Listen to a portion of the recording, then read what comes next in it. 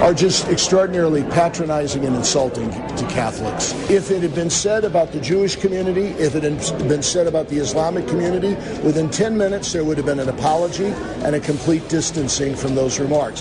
Hasn't happened yet. I'm hoping that she's going to distance herself from these very insulting remarks of her chief of staff. I hope Cardinal Dolan is not holding his breath. That's who you heard just there, back on the Bernie and Sid show on 77 WABC. Speaking about some of these released emails of Hillary Clinton's campaign manager, in which they mocked my religion. What do you mean they? John Podesta. Yes, did. And Jennifer Palmieri. Right. Two of Hillary's top hench people. But not Hillary. No, and she has not demanded an apology, nor has she fired anybody. Unlike Donald Trump, who's offended just about every single race, and he apologizes all the time. And nobody brings it up.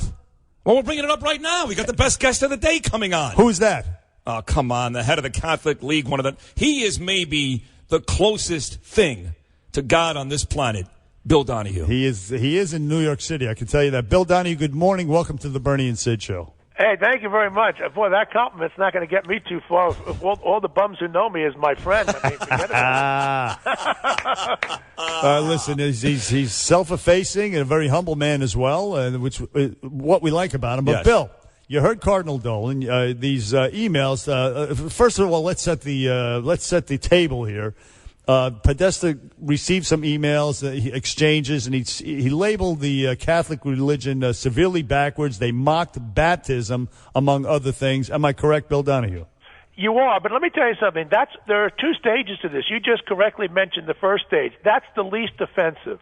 You know, the bigoted comments and, we're all stupid and, we're living in medieval times and everything else. I see that kind of stuff every day. What is pernicious, though, which is entirely different, is the exchange between Sandy Newman, who is not Catholic, who's saying to Podesta, we need to plant the seeds of a revolution within the Catholic Church. Podesta says, I'm on it.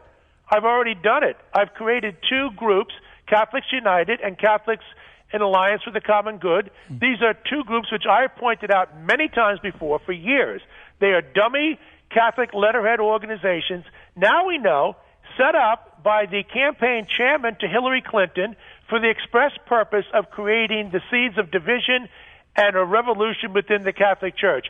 I just don't think it gets much worse than this, and I commend Cardinal Dolan for calling her out on it. That's her chief guy. It's not a volunteer from Missouri. It's not a low-staff employee. And by the way, what he said was we need a quote-unquote Catholic spring, is what yes. Podesta said in regards to what you just pointed out. But, so that's the question. Where is the outrage? And like you say, he's her campaign manager, this guy, big wig.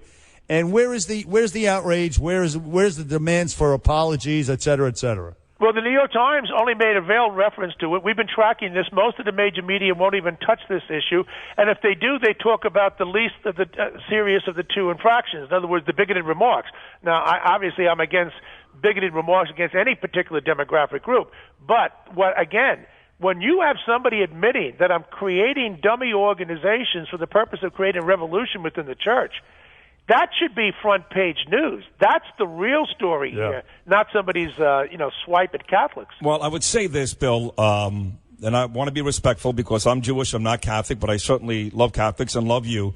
But the hypocrisy that goes on, I work with somebody who has commended Donald Trump over and over again for his loyalty to people on his staff who have done some very stupid things, maybe not as bad as this, but whether it's Corey Lewandowski or Paul Manafort, they eventually got fired, but not because Donald Trump went against them. So on one hand, we've got a candidate where people are commending him on how loyal he is to his people, and secondly, she did not say it. It was John Podesta, not Hillary Clinton. So it's very easy for the Trump supporter to jump all over Hillary Clinton when, A, they commend him on his loyalty, and B, she didn't say it.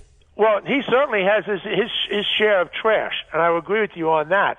And I'm not going to exculpate him any more than I am her.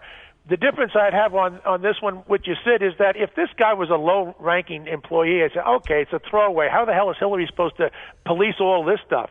But that's her campaign chairman. She's known him for decades. And the guy who funds his organization is George Soros. Now, this guy's a billionaire atheist who hates Israel. He just came out and said that recently. He has no use for Catholics. I mean, the nexus is just too tight here. And she does have a moral obligation to say these kind of comments. I distance myself from them. Dolan is right about this. And that the idea of, I mean, if I said this to Tony Perkins the other day. He's an evangelical, runs the Family Research Council. I said, can you imagine, Tony, if you and me, you're an evangelical, I'm a Catholic, and we're setting up phony Jewish or Islamic groups? I hear you. Muslims and Jews be coming down our throats? See, but here's my fear, Bill. If she comes out in the next day or two, the Trump supporter is not going to accept it. They're going to say she's not sincere. It took, Bill Donohue and Cardinal Dolan and all these folks to get on her. So she may very well come out the next day or two and say something about it. But either way, her detractors, the folks that don't like Hillary Clinton, it's not going to matter, Bill. You know that. Well, that's true, but quite frankly, last week I was just all over running from one TV studio to another talking about this issue. I basically broke it, and she's had a week. She's not going to apologize now. She had an opportunity to say, listen, he doesn't speak for me. And that would that end the whole thing? Maybe not. I think you're right, Sid. A lot of people who just hate her were going to continue to hate her. At least Dolan wouldn't have been forced then to come out and make a comment like this. I mean, they have the Al Smith dinner tonight. You can have Hillary there and Donald there. And they want this to be a roast and good fun and raise money for Catholic charities. That's all fine and good.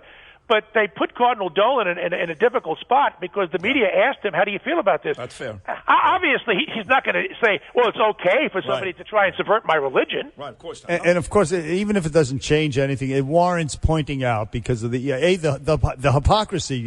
Donald Trump retweets something with an innocuous star that looks like the Star of David, and they turn him into, somebody, a Nazi, for God's sakes.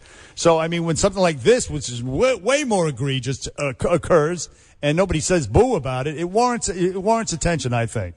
Well, Trump blew it last night, but when she went after him about, what you said about Muslims and whatnot, he could have brought this up. I mean, I don't think he did too badly overall, neither did she. But the question is, he's got his baggage, but she's got hers too. Now, I'm not in the business of saying, well, I like to see everybody offended. I don't want to see anybody unnecessarily offended. And there have been a lot of slights, and some of them are sexual in nature, as you well know. And this is probably the dirtiest campaign I've ever seen in my life. No, it's nauseating. I would ask you this, and I ask this out of ignorance. I admit that as a Jew, as I said, Bill. Seems like, based on what Podesta said, some of the books you've written, and some of the ongoing conversations you've had with me and Bernard, there's almost an assault on Catholicism. Is that a bit of an exaggeration, or in fact, is that taking place? Well, there's no question about it. Here's the proof. The ADL, which has done a good job over the years, and thank God we have less anti-Semitism today than we've had in the past, is now trying to count the number of anti-Semitic comments made on Twitter. In other words, basically that problem has been largely licked in this country, thank God. Now, I'm not saying it won't come back and that there aren't flashes of it here and there, but I'd look at that from where I'm sitting, and I see what's going on in the Catholic Church and comments coming from federal, state, and local governments. I see it in the media constantly. I see the comments that are made about priests, that they're all a bunch of pedophiles and the like, and I see it in movies.